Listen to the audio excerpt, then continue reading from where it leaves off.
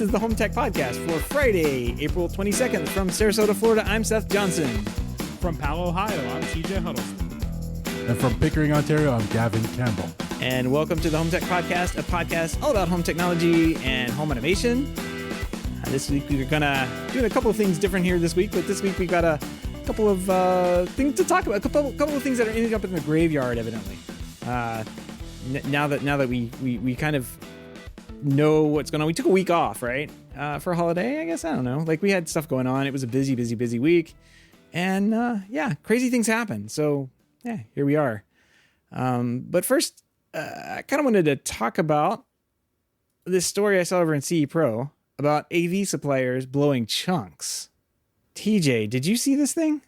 Yeah, I'm really salty about this whole article because they've basically asked their, readers or viewers or whatever to submit different manufacturers or home automation companies that were awful during the pandemic, right?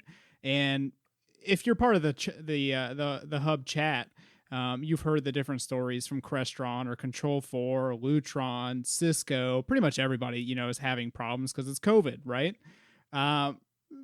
My thing about this whole article, though, is that they went and asked all these people all their comments and everything, and they didn't name any names. What was the point of doing this article if we don't know who they're talking about? Why did you even write the article? You shouldn't even wrote the article, because it seems to me like you didn't want to talk about the companies, and that's cool. They probably pay you. That's fine, but why write the article? It says name names, you cowards. Yeah, this reminds me of the what is it, IPVM that we talk about quite a bit in the hub. They do not hold punches. If a manufacturer is messing up, if they're reporting better than usual sales, if they're reporting worse than usual sales, like, they will call people out left and right for bad product. And that is really what separates a trade magazine from an advertising magazine, I suppose. Man, I really wish we had that in our industry. We don't seem to have that with all these blanks. There's some stuff on here. It's like, we can never get an answer about shipping dates. It's like, wait, you pay for something, you never get an answering when it's going to ship. Like, why are you involved with this company at all? Like, that doesn't make any sense to me. So, man, I get it that everybody's having a rough time right now, but name names. Yeah. And I like how they bolded certain parts of the article like it mattered more, but you don't know who it's about. So why does it matter? Right. Like, one of the things is blank never stocks enough product. Their buyer/purchaser is the worst. They can never keep a shelf stocked for longer than 2 months. Who is it? It could be Home Depot. Who knows? It could be anybody. Yeah, it could be anybody. So I wish we knew. It'd be nice, but I guess we'll never know. Gavin, do you want to call anybody out that that doesn't stock their shelves? Pretty much everybody right now has no stock. So, that's probably why they didn't have to name names, because we're just assuming everybody. Let's drop a name right now. Sonos, they don't have any stock. Unify, don't have any stock. Innovelli, no stock. CC Pro, how hard is that? Yeah, that was easy, like breaking news. Yeah, speaking of Ubiquiti as well, it's crazy. I've signed up for the email alerts on their website, and I never get them even when stuff is in stock. I have to find out about Ubiquiti stuff through a subreddit. Oh, that Reddit is great. I have an app set up on my phone to notify me whenever this subreddit posts, because they always post the most in stock updates for everything. That's how I have to buy Ubiquiti stuff. I like Greg's comment. Ubiquiti has stuff in stock that you don't want. Exactly. Oh, ton of stock. Patch cables galore. Yeah, there you go. Hey, yeah, the Reddit thing though, we should probably put a link to that in the show. Well, no, maybe we shouldn't talk about that anymore. But what I thought was interesting is somehow they scrape their Shopify store to figure out how many products they actually have in stock, which is really, really clever. So you'll see that they have 40 switches or 500 cameras or 3 cameras. I've seen some super 10, 12 cameras are for sale. It's that's all you guys got in on that boat. The boat should be bigger. Make the boat bigger. Every now and then you come across a tool that's so good that you just don't want to share it, because once it gets out there, it's going to ruin it for you. So let's put this in the things of we don't talk about. We don't talk the about show, Bruno, okay? and we don't talk about the Ubiquity subreddit that TJ found. There you go. Oh, poor Bruno. All right, guys, what do you say we jump into some HomeTech headlines? Let's do it. Let's do it. All right. First up, actually, a new product. Before we get started, here's a new product because we're going to wade through this graveyard towards the end of this conversation. But I ran across this today. It's Control 4 related, but I don't know if it has to be. They're touting like their Control 4 certification. So the company's Garadget, and I think we've probably all heard of them. TJ, I'm not sure. Like you didn't. Okay, Gavin and I have heard of them because Gavin and I have either seen them in our adjacent spaces, and I've used many of their little security 2.0 buttons, I guess. So I never had to bother soldering wires on a button. Whatever. Anyway, that's the best way to do it. Yeah, it was $20 of time saving for me is the way I figured it. Anyway, they have come out with a wireless controller hub, that integrates with Control 4 systems. They have a Control 4 driver. It's Control 4 certified, which means that once you get it up and going on the network, in the Composer software, you don't have to install the driver or anything. It just appears there. You can drag and drop it over in your project, do your bindings. It manages the DHCP, IP address, the local IP address, and all that good stuff. You don't have to worry about it. It looks like their other device that they have, like their DIY device that kind of does the same thing. But instead of going out to the cloud, it's local control, which we'll probably talk a little bit about that later too. But it offers basically a little web-based administrative interface, but also integration with Control 4. So it's got a siren on it. It's got some, it's got like a laser sensor. It's kind of interesting that they have this. It uses like a laser light sensor to know if the door is open or closed. So they put a reflector on the door, and you can use that, or you can use a dry contact if you've got that already installed. All pretty good. I forgot to look at the price. What is it, $100 for this thing?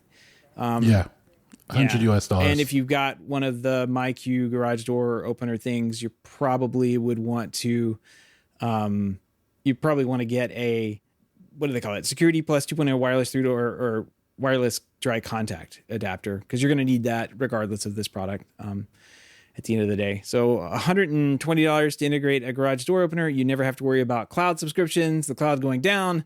It all works locally. It's a beautiful thing. Gavin, what do you think about this thing? I think it's great. I don't know why it's just geared towards the pro space, though. They mentioned Control 4, but it looks like something that can be integrated with a lot of other things other than Control 4. Their DIY version looks like it does have some cloud dependency, so the difference with this is it's all local. Local's the way to go. I know we're going to mention that later on in the show, but I like where this has gone. It's giving you an easy to install package for all our garage doors that are just a pain in the ass now. Like, I don't know why in 2022 we fight with automating garage doors and printers. I don't know why. TJ was going, what in the world would you use this for? And I was like, well, we have a forum that we kind of administrate over that has like 4,000 or 5,000 dealers in it, and they're in there all the time asking about garage. Like it was pretty bad. I will say, like, pretty bad once a week or so. You would get this question about what to do with a garage door opener. Just use the Garadget thing. Just $20, call it a day. Now I think that conversation's kind of died down a little bit because people have kind of figured it out. But it's amazing how many new people come in to the industry and have never had to deal with one of these Chamberlain garage door or MyQ style garage doors with the yellow. I think it has a yellow button on it, and you can't use the old contact relay with that. You got to get one of these things. So I think this is hilarious because it's just such a simple thing that everybody uses all the time, right? But it's like for $100, it definitely solves the problem. Whenever we ran into this situation in the past, we would literally, as Gavin, I think, said, just solder wires to a controller, and we would hook a relay up to it, and that's how we did it. So I don't know. I think it's funny that it's taken all this time to become a usable solution that anybody can kind of use. Well, you still need, this has the relay built into it. You always need the relay, and the Control 4 processors, or like Greg's talking about, Crestron processors, they have the relays.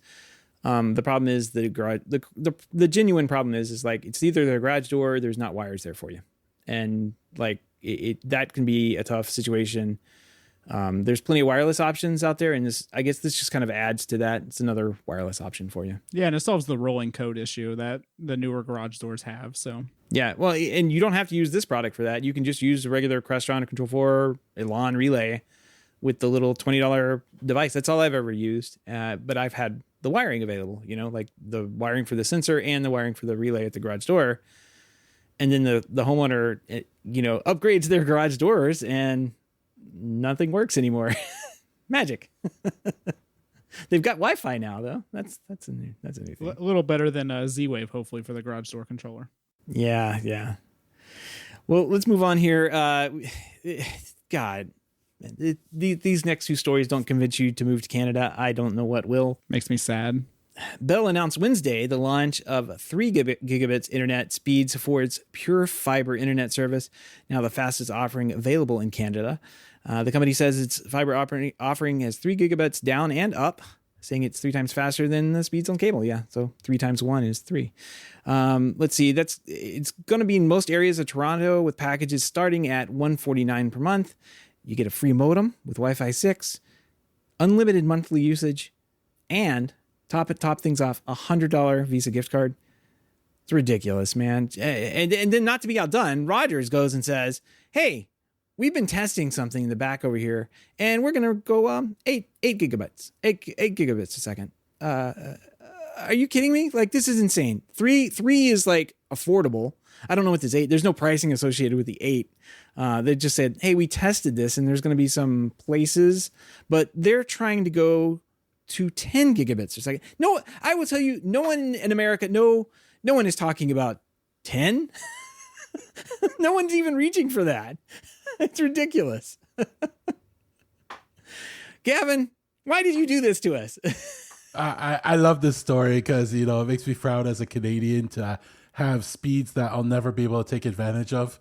Like most people will not be able to take advantage of this because all our routers and everything max out at probably 1 gigabit. Even the new Eero setups coming in, they max out at 2.5 gigabit. So, I don't know what I would buy to get full 8 gigabit. I don't even think I need full 8 gigabit, but one thing I am excited for is on Rogers, it's symmetrical. So I can also not upload at 8 gigabits per second as well, right? Right now, I get in my area is one gigabit down, but 30 megabyte up. And that 30 kills me. So I'm looking I'll probably jump on it just for the upload speed. Yeah, if this was to come to America, the 3 gigabit plan would probably be in the $300 range. Right now I'm paying, I think $60 to $80 a month for 200 megabits per second. So I can't even imagine how much Spectrum would charge for this. And they wouldn't even give me symmetrical, I can tell you that. Yeah, definitely not 5 upload. Yeah, they would 8 gigabyte down, 5 upload. Yeah. So Comcast actually does offer a 3 gigabits service. It's called Comcast Pro. It is $295 per month. So nice guess there. Yeah. I don't think it's available everywhere. There's some older stories here that I ran across, but if I do get this, the first thing I was thinking of was running a cable to my neighbors and then over to my next neighbors. Can you run a cable to Florida? I can wire up I can wire up 8 houses and we all get 1 gigabit and, pay off that bill, why not? That's what I was thinking too. If you get the 8, then you're pretty much the ISP for the neighborhood at that point. Just divide that up and, heck, if you get the 3 here in America, you could be the ISP for your neighborhood. Because people are doing the urban Wi-Fi thing, Wi-Fi networks with way less. So, oh man, unbelievable. So 3 gig, like you said, and Greg kind of made a point there that can't wait to explain to clients that their hardware doesn't even move that fast. This is really funny. Like, there's nothing that in existence, no router that there's a couple I do know of that will do 10 easily, but you're paying a lot for those routers. Yeah, a the lot UDM more than... Pro, I believe, does that, but yeah, not any of our home-based routers do that. Right. Yeah. Well, hopefully one day, we will get our lawmakers and what is it, the FCC to classify something faster than 20 megabits per second as high-speed internet here in the States. That's all you need. That's all you need, guys. These stories made me proud to be Canadian. Yeah, I noticed they just kept popping up, like different speeds on here. And I kept pasting them over and over again just so you really pay attention. I find it amazing that Canada has like such great like home internet, but it sounds like your mobile plans are kind of like stuck where ours are. They're just not that good. Is that true, Gavin? Are your mobile plans like all right? I don't, honestly, I've never looked at your mobile plans. I'll give you an idea. Roughly $150, I get 20 gigabit per month download, or not download, but 20 gigabyte per month data transfer. And that's on 5G network. I don't know. Per line? That's per line, yeah. But I know there's plans out there when you have multiple lines. I just going by what I get, and that's subsidized through business a bit. So yeah, I don't think anybody will ever match what the Europeans or like England's doing. So they basically hand them data, as far as I know. Here you go. Take it. All right. Well, moving on here. Speaking of being handed data, you're gonna need it for all these Major League sportsball things that are happening. YouTube and Major League Baseball have renewed their streaming pack for 2022. This will result in 15 regular season games being shown exclusively on the platform. The first will be streamed on May 15th between Washington Nationals and the Colorado Rockies. The news here continues MLB's effort to reach viewers across many different streaming services. So they announced a couple weeks back Apple TV Plus was going to have Friday Night Baseball. Peacock has 18 early Sunday games starting on May 8th. Amazon Prime Video has 21 exclusive New York Yankees games, and now YouTube has those 15. So TJ's all right, TJ, I'm going straight to you, man. You giving me this is awful. Like, you basically have to have every streaming service out there in order to watch your baseball. I don't even watch baseball. I don't really care about it. I've been to a couple baseball games in my life. This annoys me though. Like, I hope that more people don't do this, because I'm just going to cancel streaming altogether if this happens. Yeah, well, I mean, you get it with mixed. Like, I pay for Apple TV, and I noticed the other night, I think it was Friday night, there was a baseball game on it. It said live or something. I didn't watch it because I'm not really interested in that, but it was there, and I don't know. Like, if you're already bought into those services, it kind of exists there for you. What I don't know, and there is a MLB like expensive season pass thing that you can get that has like every game. It's been like a famous app on there for a long time. And some of these things say exclusive, but I would assume that they're still broadcast, and maybe I'm assuming incorrectly, that they're still broadcast through those, through the MLB's own app. Like, they don't kind of give up the ghost for, everything to go to Apple or YouTube, or maybe they're just unpopular games that they're giving to Apple. Cause I don't know. I don't know how this works. Like, well, and that's true too. Cause like under the Amazon one, it says they're exclusively streaming 21 New York Yankees games. Maybe somebody else is going to be streaming it as well, whoever they're playing against or whatever. Right. But maybe not. I don't know. Seems like an awful idea to me though. Yeah. It's kind of weird that it's all broken up, but I mean, I could see it from a marketing effort. Like, you want to put, if somebody like TJ is sitting there, bored and staring at their Plex dashboard and like, there's nothing here to watch, and Discover dashboard, which I've been using, it's awesome. And they flip over to the YouTube app or whatever, and there's 15 games there for you to watch. Maybe you'll start watching and be interested in baseball. Buy yourself some peanuts and Cracker Jacks and all that good stuff. Could you imagine if they did this with like TV shows? Like, season 1 of After Party is on Apple TV, but season 2 is on HBO Max. Season 3, we're going to do a split thing. It's going to be on Amazon and Netflix. Even worse, we're only going to get 3 episodes of season 1 on Netflix. exclusively with bonus scenes. There were some shows that were like that up until recently. I want to say that. Well, I mean, I know that like when Disney bought Marvel, there were a couple of Marvel shows that were exclusive on Netflix because they were Netflix paid shows. That's a little different though. They were already on Netflix. Yeah, that's true. It's not like they were. It's not like Disney was like, "Hey, you guys should host season 1. We'll host season 2, and then we'll find somebody else for season 3 and 4." That's true. I don't know. The thing that drives me nuts is you got to realize 15 MLB games is not a lot. Not. It's like 1 week. The MLB season is 160 games. You know, like it's a lot of baseball times how many teams. 50. When I buy a service, you know, and I want Major League Baseball, I want to get all of them, right? Like I want to be able to just tune into that service. This team's playing. I want to see the game.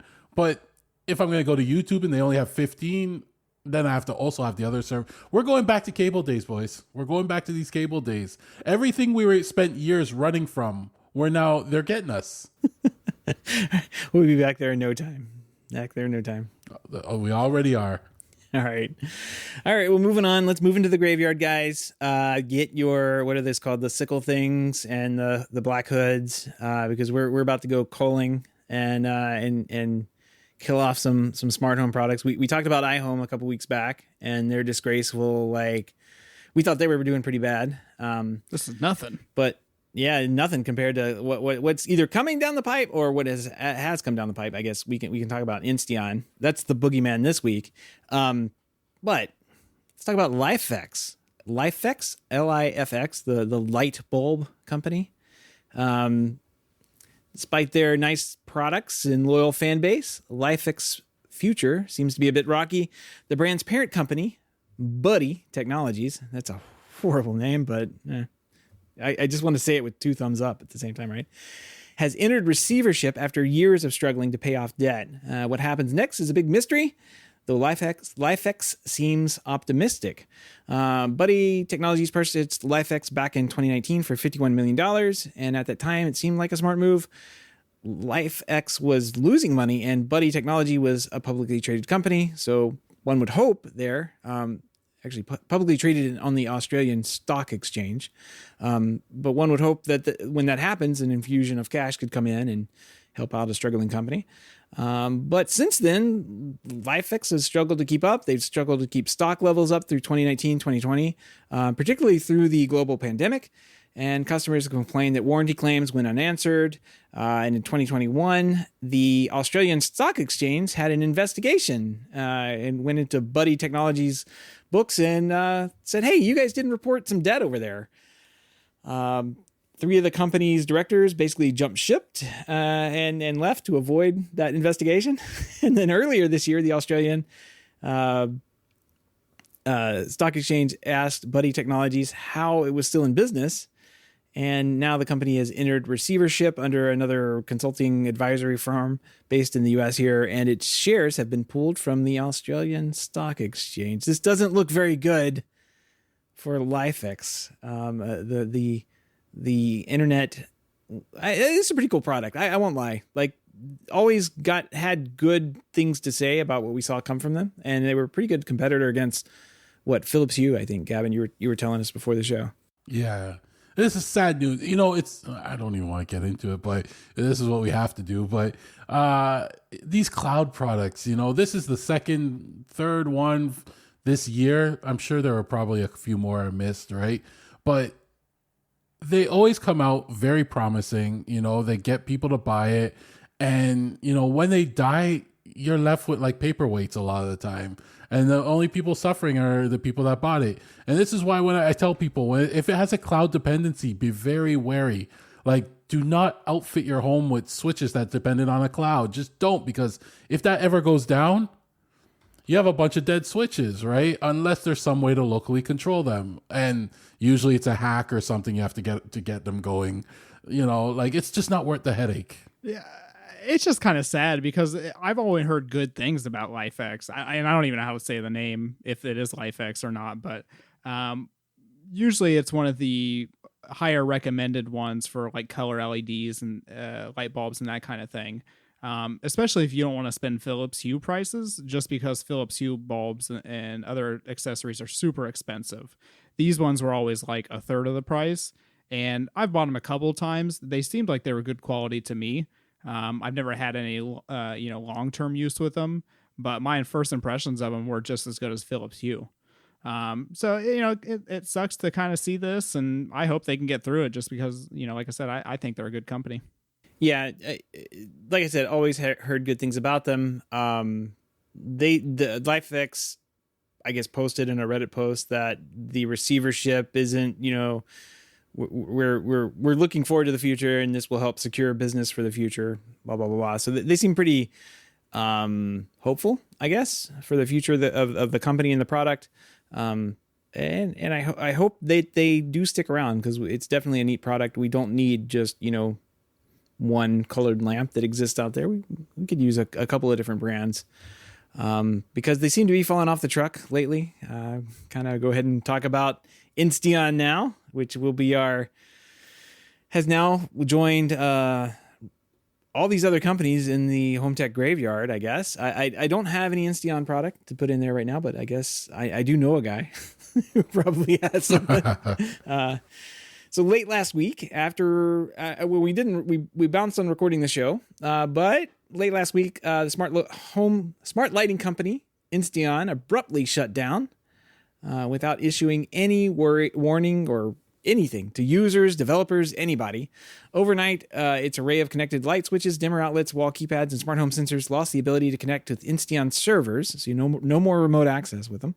And the company also shut down its user forums, which was quite hilarious, because you could go to the community forums and they just spin, nothing would load. And then they wiped the leadership page from the website.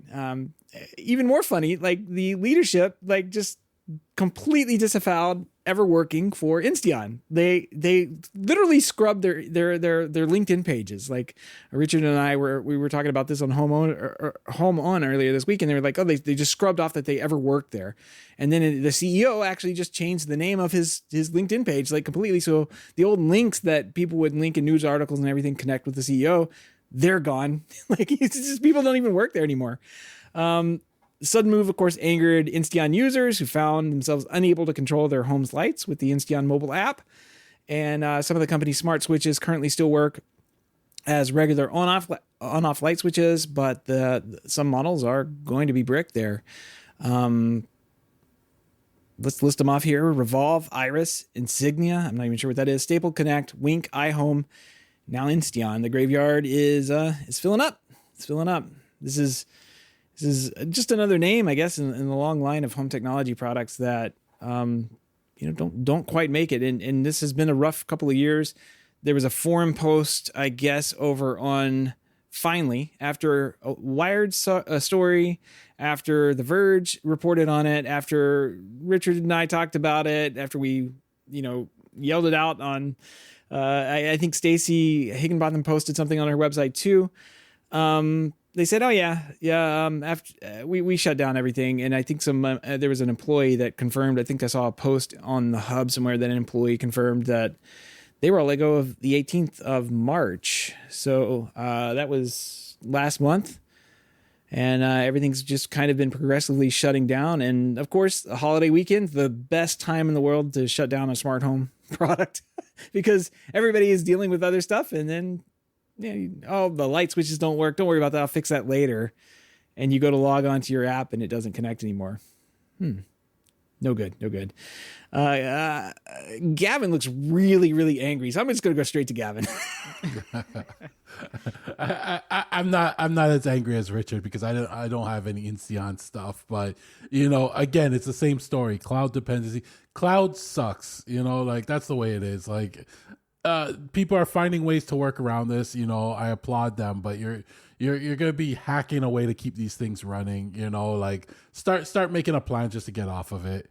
The sad part was what you mentioned. They were basically wiping away any evidence they had anything to do with the company, right? That's like getting out of a bad relationship and going through your photo books and cutting out all your pictures, and that's what I thought of. It was like. going onto your Instagram and removing all the posts with your ex in it and going on your face. It's a lot of work to do all that stuff properly. But it was sad to see that they actually stooped that low. It says a lot about the company and the people or that were running it when I saw that too, right? So I was trying to get an understanding as to how many people this actually affected, right? Because I was wondering, is it just a handful of people making so much noise and then the media's jumping all over it? But to some articles, they estimated that were over 1 million users, but I don't know how accurate that is. Is that just 1 million logins? I still don't have a clear picture of actually how many people this affected. I'd like to know that, though. I would venture to guess it's in the hundreds of thousands of installs, easily active installs, I would say. I don't know how they're calculating the million over the product whole year or user. I don't know. It seems kind of fishy. Like maybe 1 million users is like, well, there's these, 500,000 houses that have it, and each one of them has 2 users. So there, we're at 1 million now. There we go. I don't know how they're calculating that or how that would be calculated. But Richard posted earlier in the hub that he knew that, out of all the home products, Insteon had a per project install base higher than most, right? Because if you decked out your home with lighting control like Insteon, it's not like you did 1 or 2 light bulbs like you would with Hue. You would go in and you would actually integrate a bunch of lighting control things, and they have keypads and all sorts of good stuff that you could fan control modules and all that good stuff. You'd be able to integrate that into your house. So there was a lot more product available to solve problems in your house, and at a reasonable price. I think they were like $50 or $60 maybe for some of those products, maybe 70 at the most. A decent price point. I think probably Lutron Caseta floats around the same price point, if not a little bit higher these days. But a completely different technology than what Insteon was using. They were using a wireless protocol, but also power line pulses. So it was kind of a dual redundant backup type setup that supposedly served everyone really well. I'm hoping it doesn't die off. I'd like to see them. I'd like to see the IP or something come back, especially those Nokia products that they kind of joint designed with Nokia. Those looked really nice. And I really would like to see those put out on the market because they looked sharp. I went back and looked at them today. Like the keypad is amazing looking.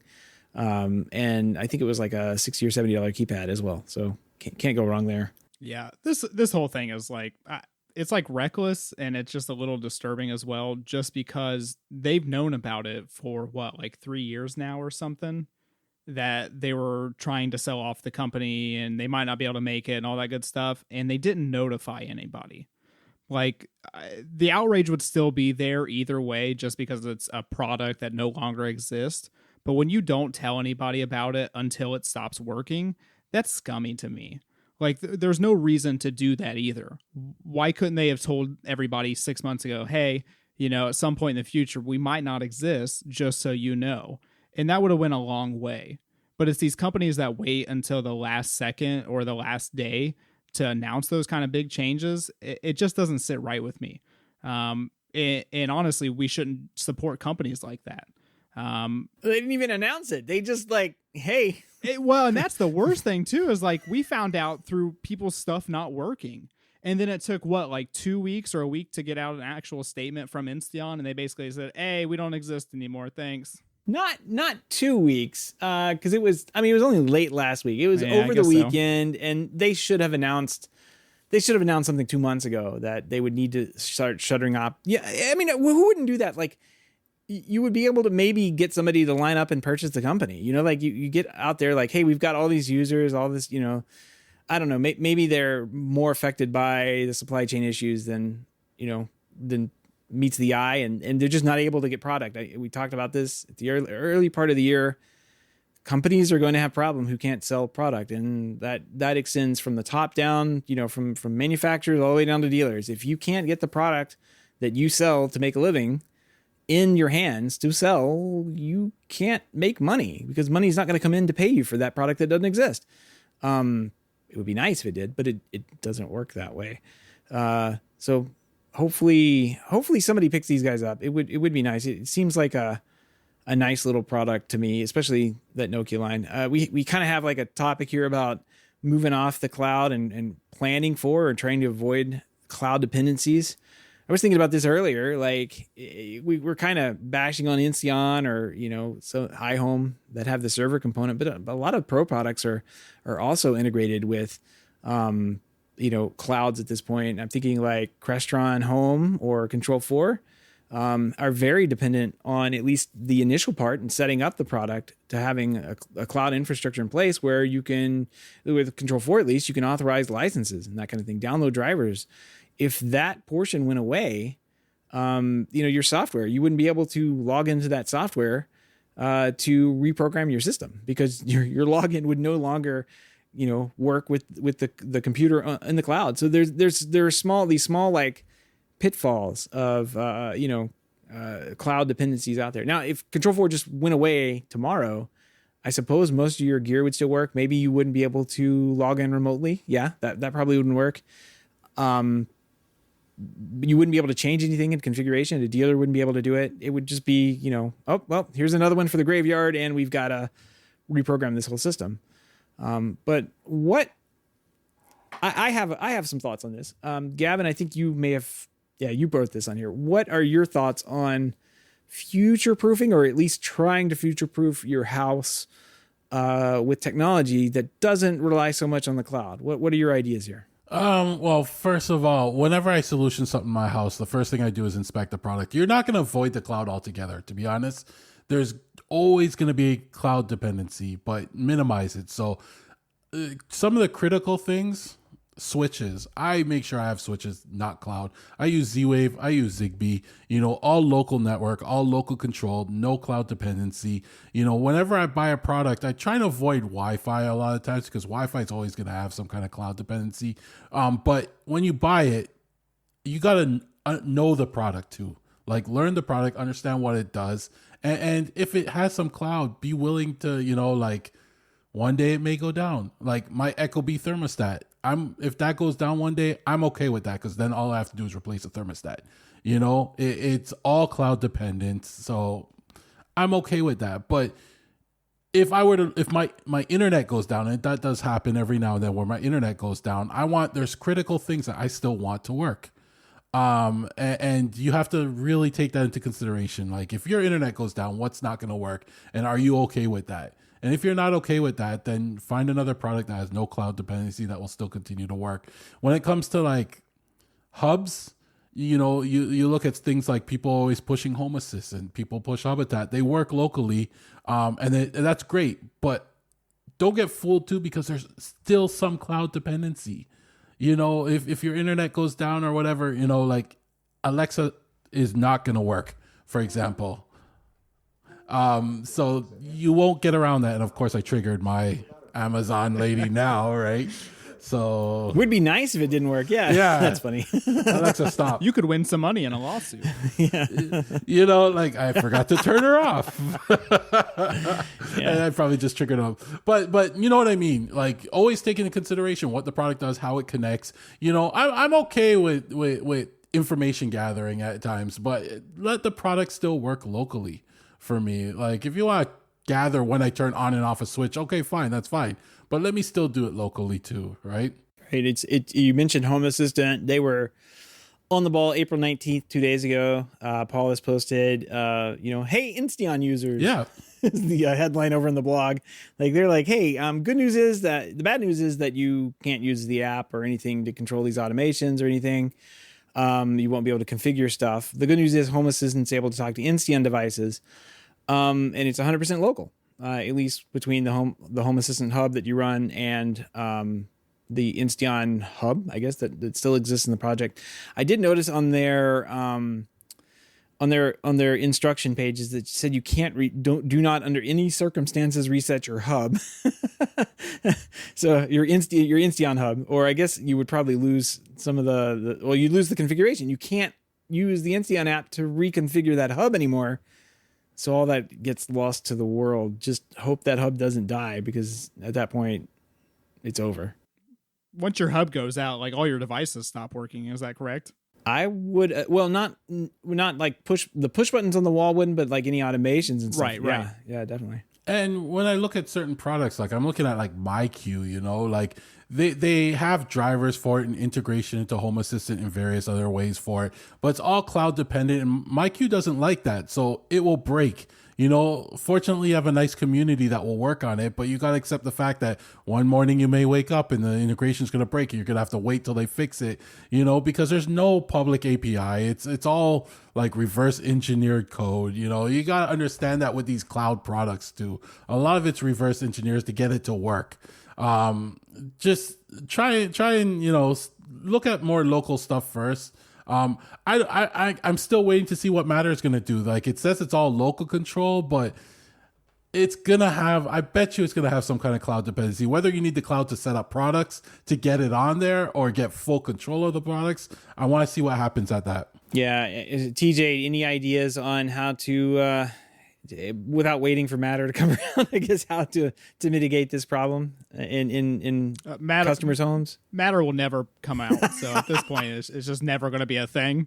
I always try to do what I call the local first, internet second approach to everything. I want everything in my house or business or whatever I have to work without internet. It doesn't matter what it is. It can be a simple light switch. It can be a thermostat, whatever. I want it to, when I walk up to it, I want to be able to control it if the internet's not working for any reason.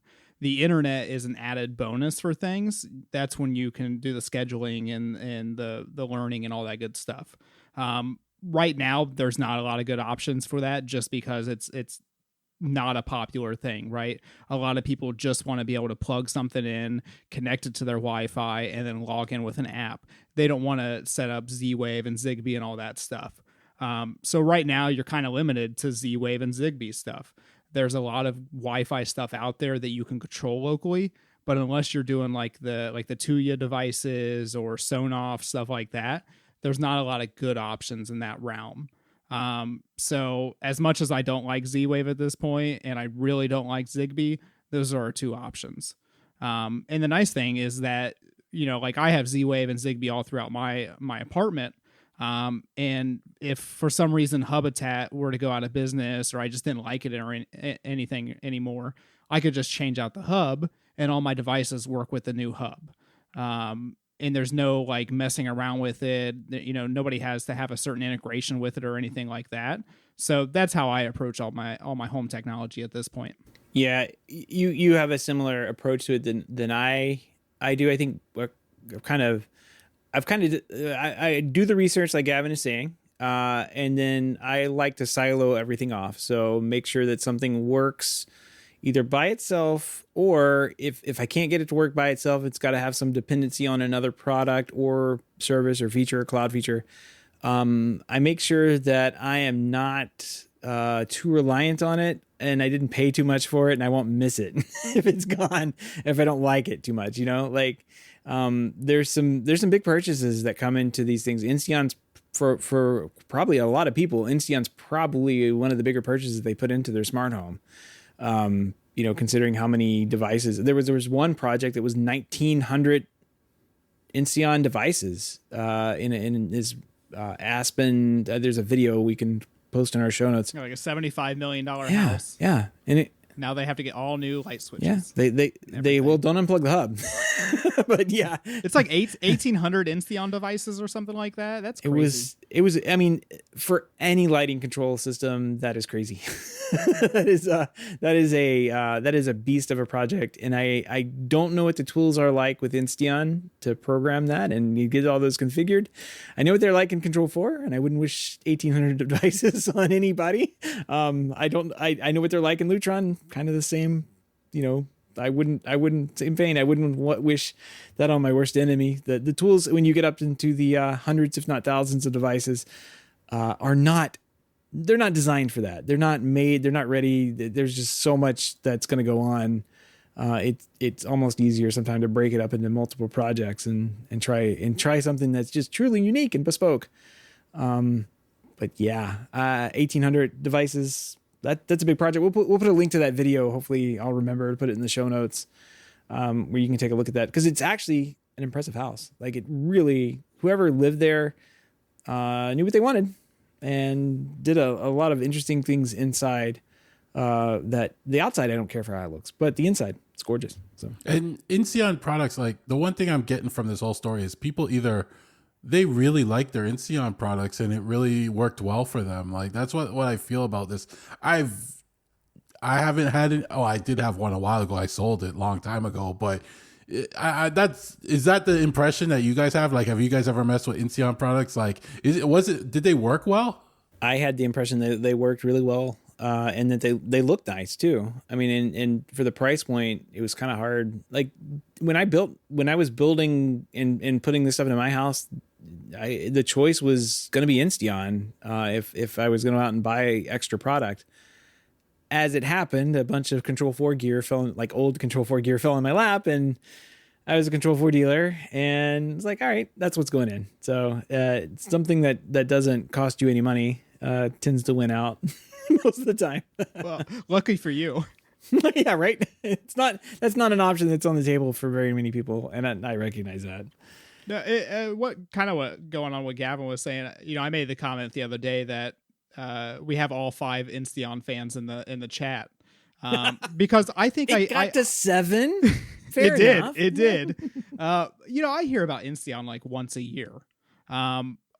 I've never heard anything bad about them per se, but I don't hear anybody ever talking about them.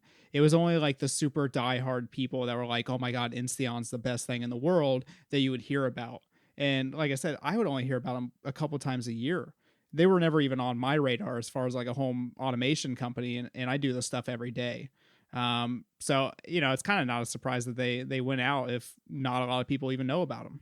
Yep. They definitely tried to gain traction, and I think a lot of the bigger players bypassed them early on. So I'd agree with that. It wasn't a household name, right? And they definitely, like, I'm just trying to think of like what they could have done differently. You compare them with Lutron Caseta, which has done a pretty good job breaking into the DIY space from the pro space, right? So I don't know what the answer would have been for Insteon to try and do something like that. Maybe out of the gate supported like HomeKit or something, because that's really what got Caseta on the radar of a lot of people. I like Caseta because you can hook HomeKit up to it, but you can also like just run it standalone, or it all kind of works together anyway. So like it's backed by a pretty good, what is perceived to be a pretty good company, and a pretty big. Much bigger than Insteon, so to speak. Lutron probably has a larger install base of all of their general products than Insteon did. Yeah, and something I think we kind of know about, but not a lot of people may know about, is that there doesn't seem to be a lot of money in the DIY space. It's pretty. We've seen over the years a lot of these companies kind of go out. Like Logitech Harmony. Logitech Harmony was the only remote option for anybody in the DIY space, unless you wanted one of those cheap, like $20 universal remotes. It still is pretty much the only option as it right now. Absolutely. And you can't even like find anything else at this point. And the sad thing is that Logitech was shopping around the Harmony lineup for, I think, a year or two before they shut it down. And they couldn't come up with a deal with anybody. So DIY is just a very tough space to break into and maintain, unless you're constantly changing or constantly offering very cheap devices, I think. We are cheap people. I admit it. We are cheap people. And we try to do a lot with a little bit of money. So, we don't want to spend our money.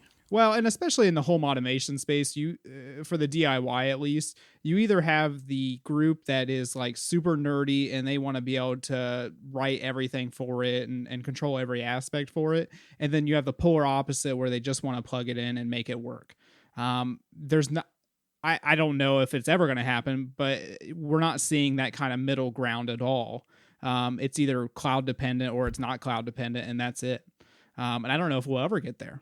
Yeah. It's going to be, I was trying to share the pick of the week later, but let's just remove that for now. All right, there we go. I don't know that we're ever going to get away, at least right now, fully away from cloud dependency on things, because it's so ingrained into the culture of technology to have some kind of server component at this point, whether it be for something as simple as authorization, like we're talking about with Control 4. You just have to authorize, and then once you do that, you're controlling the system locally. And okay, that's nice. In the good old days, you could port forward right into the your Control 4 system, and don't do that. But now you could set up a VPN to get around the remote access issue. Probably could do the same with Insteon, right? But I don't know. This is weird to see them the way they exited. What really sucks is like the damage that this does to the home technology crowd, and like there's already the what was the one on The Verge that we were looking at earlier that was just like, this is what happens, they're all going out of business, run away, run back to your dumb home, like don't do the smart home thing. And they're kind of justified, a little bit, and doing those easy to write stories. But I don't know, like to me it seems like that's a low hanging fruit for a story. They could have done a little bit better writing it, but the thing is that this is going to happen. We're still very much in the early adopter stage of the smart home, like very, very early on. And even with all the products we have, even with the long standing brands that we have, like Insteon, we're going to see stuff die off. We're going to see companies lose interest in a brand and just say, well, yeah, we're not going to do that anymore. And it's going to affect, at this point, millions of people who have bought into that. And it's going to happen again. Like this Insteon's not will it be LiFX? I don't know. Will it be Wink? What is it? Wink, Wink and Wink Wise. isn't dead yet, is it? No, Wink isn't still dead. I mean, it's got that Holy Will.i.am cow. money. Yeah. Well, will Wise survive? Like who knows? But there's almost like a space here for a new. You have your pro installer.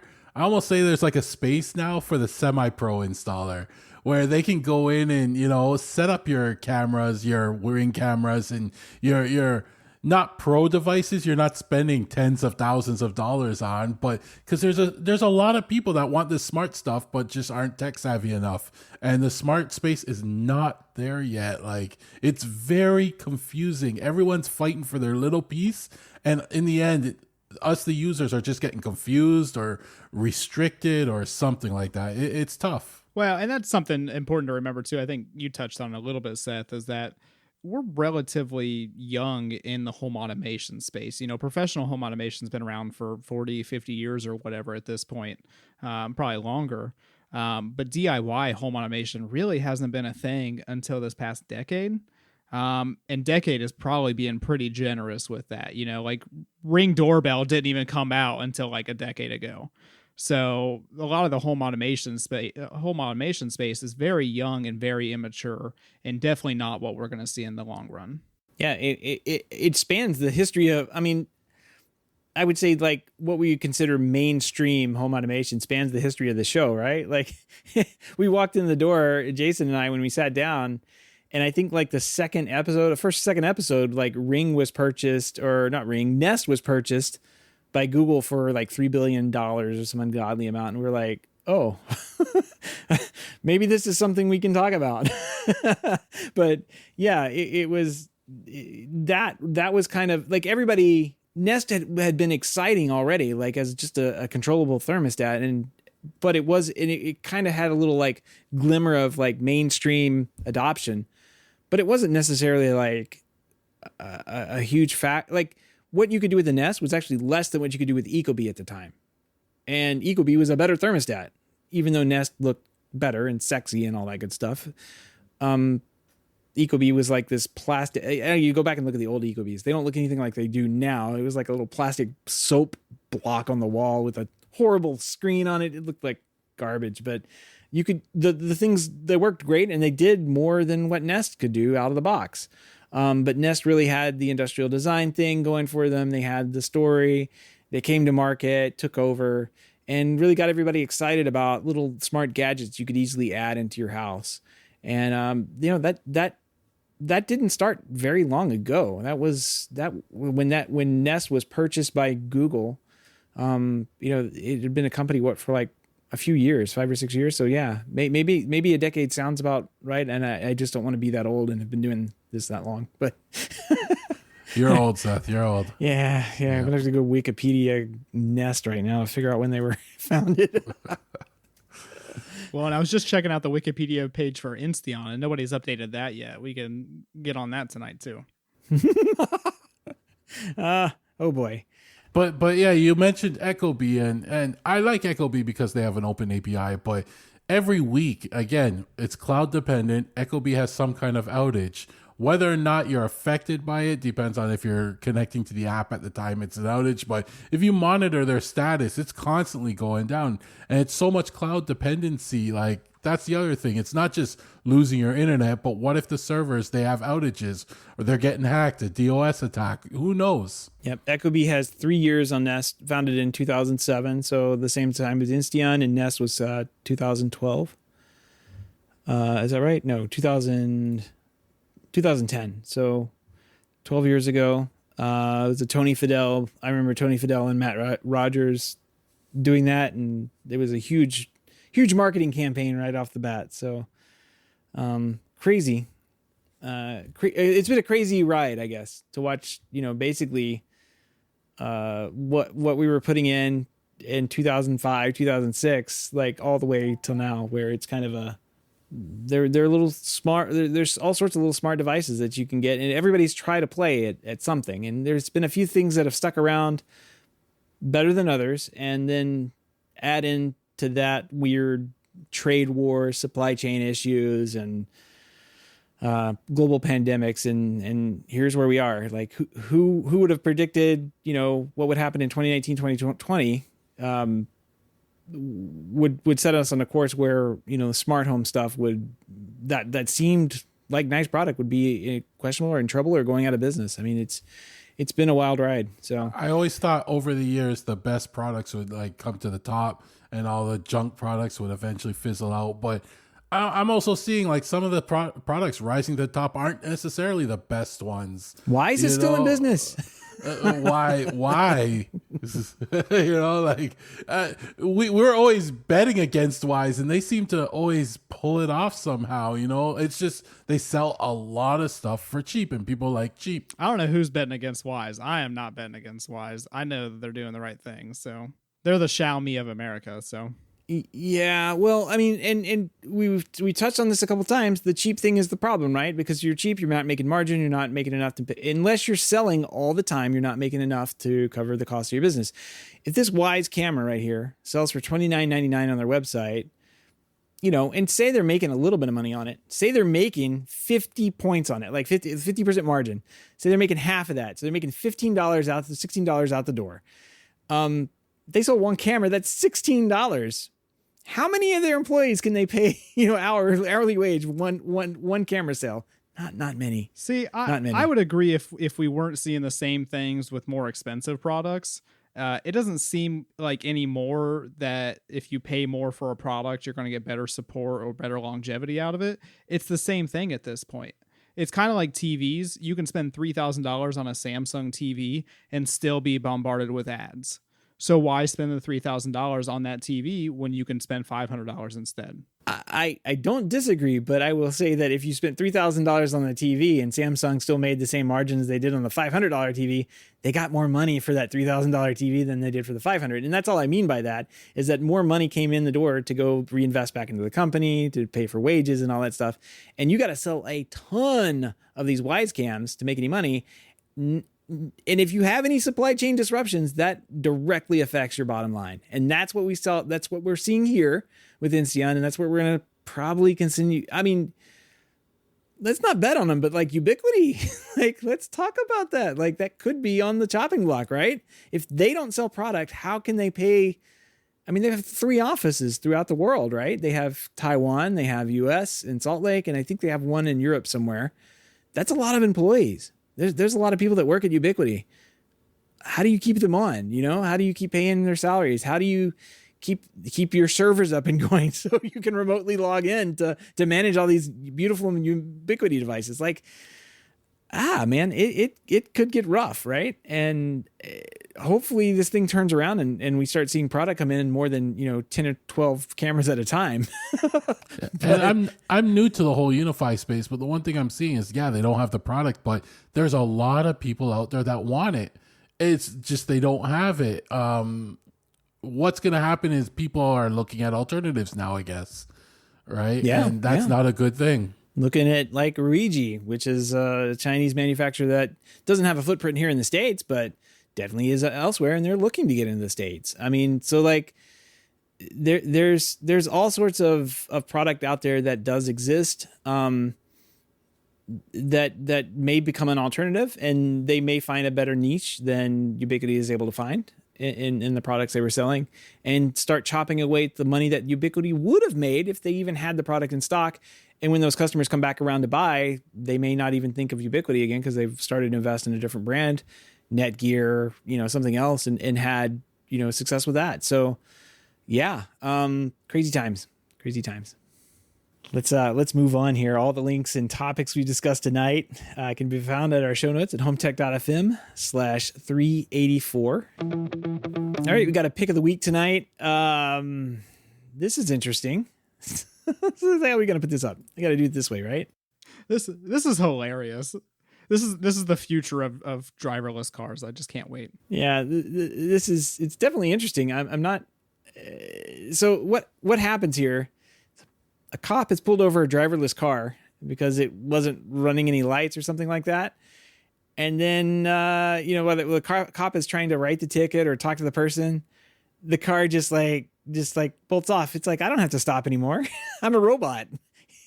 It just takes off. It's great. The cop was so confused. That poor cop too. He was just like, that cop was just like, what is going on? Nobody's listening to me anymore. I don't know. Well, you know what we need? We're going to need robot cops. That's pretty much the answer to this whole situation. RoboCop. I'm surprised they don't have some kind of like shut off or like override, where it's just like kind of like the Knox box they have outside of buildings now for like the fire department and stuff. They're probably going to have some kind of like shut off switch in police cars so they can just shut off a vehicle. Yeah, and then they'll like send that to our vehicles. It'll be great. Oh, we accidentally pushed that to the whole city. Yeah, my bad. Yeah. I don't see how what could possibly go wrong is the old joke on that. Yeah, nothing will go wrong. That's funny. And if it's cloud dependent, we're in trouble then. I got to get a new car. Yeah. There's been a couple of interesting movies with that in there. Like iRobot, I think probably has a bit of that where the car or somebody could take over the car externally. I want to say there was a movie recently or a TV show recently that had something similar. Maybe Watchmen, the HBO series Watchmen at the very beginning. I think they had the ability to shut down the car, but maybe not. Maybe I'm thinking something else. No, it was guns. They had the ability to turn on and off guns, which was interesting as well. So yeah, the more IoT product ends up out in the world, there's always the ability for weird things to happen, like an AI car get away from the police. So did they get the ticket or not? That's the question. Who do you give they the just ticket stuck it to? on the windshield wiper and hope somebody got it. It's not my fault. Yeah, well, I mean, it's a robot car. What's it need lights for? It can see in the dark. The poor car was probably so Those are confused for humans. too. The car was probably like, "What do I do now?" Like, run away, go, these go, people go. are trying to break in. Nobody programmed me for somebody approaching the car. Exactly. Oh man, it's gonna be funny, but we've had zany antics like that in the house, right? That's existed, but now it's kind of extending out into the street, which is it's kind of funny.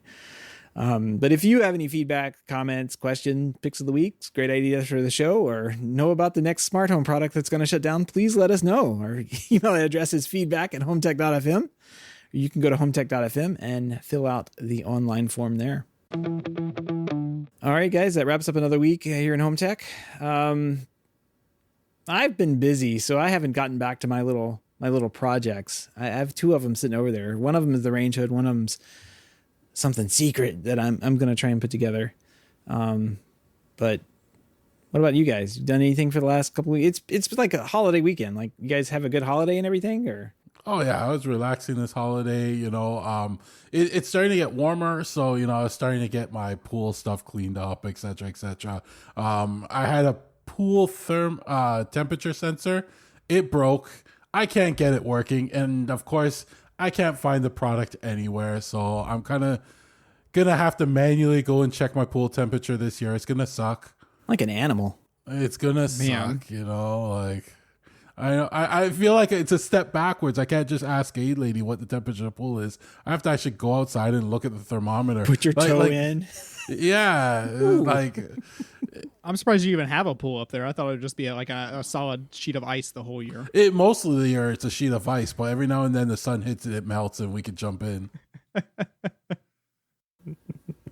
That's funny. TJ, what about you? Had a good weekend? Yeah, my weekend's been good. I've been finishing stuff in the van. I got the radio installed, we got the dash camera installed, got the backup camera installed, got all the shelvings, the ladder rack, and now I'm working on lettering. So that is what I'm spending all my time and money on at this moment, and it is very unfortunate for me. If I could get to the point in my life where I don't own a vehicle anymore, I would be very happy. Yeah, I will. One of these days, you're going to be like, yeah, I put Unraid server in my van. Like, the van is like an all-encompassing project for you. It's gotten big. It could happen actually. When Domots first came out, or when everybody started talking about it, I was the first one to put it in my car. So we could put a server in the van. You know what I'm saying? Yeah. With solid state drives, you don't have to worry about hard drives bouncing around anymore. It can happen. It could happen. It's got to be a small one. The space is a premium in the van, so it's got to fit in the center console or something. Right. Oh man. Well, maybe I'll get back to my projects. Well, no, not next week. When does the wife go out of town next? I go out of town. I go out of town. So we're gonna have an early show next week, hopefully, and then maybe I'll get to something when I get back. So. Yeah, training in Phoenix. Yay. It's not hot there or anything. Yeah, I think it gets like what, 120, 100 something there. I don't even know. Ridiculous. I don't know. It's a dry heat. It's not the Florida heat. I mean, you live here. You have to fend off an alligator every morning just to get the mail, and then by the time you get back, you're sweaty and stuff. So sounds like fun. It's a tougher life here, I think, than over there. There, you just die. Yeah, they have scorpions. They'll kill you. Oh man. All right. Well, we do want to give everyone a big thank you for supporting the show and listening here, but especially those who are able to financially support the show through our Patreon page. If you don't know about that, head on over to HomeTech.fm/support to learn how you can support HomeTech for as little as $1 a month. Any pledge over $5 a month gets you a big shout out here on the show, but every pledge gets an invite to our private Slack chat, The Hub, where you and other supporters of the show can gather every day to mourn the loss of Insteon. I mean, there's been some conversations over the last couple of days for Insteon. It's some been really great. Good conversation. Yeah. What to do? There's all sorts of stuff going in there right now, which is it's good. When stuff happens, we got stuff to talk about. So maybe we need to post this Garadget thing in there and see what they think about that, because that kind of popped into the show here lately, but. If you want to help out the show but can't support financially, totally understand. Just head on over to iTunes or the podcast app of your choice and give us a rating. Let people know about the show. Let us know. I was looking at the ratings; they're kind of stale. They're from like 2012 or I don't know, some like the Nest era. they're Nest era ratings. Guys, get on there and let us know how TJ and Gavin are doing. Yeah, they're awesome. I would give them 5 stars each if I could. Is there a 5-star button on this thing? I don't see the buttons. I'm going to have to come up with that next week and put 5 stars in this thing. If you can't tell, we have somewhat resurrected the live show and kind of done a little bit of chat interaction. Hopefully we'll be able to use this a little bit more in the future. See how it goes. But yeah.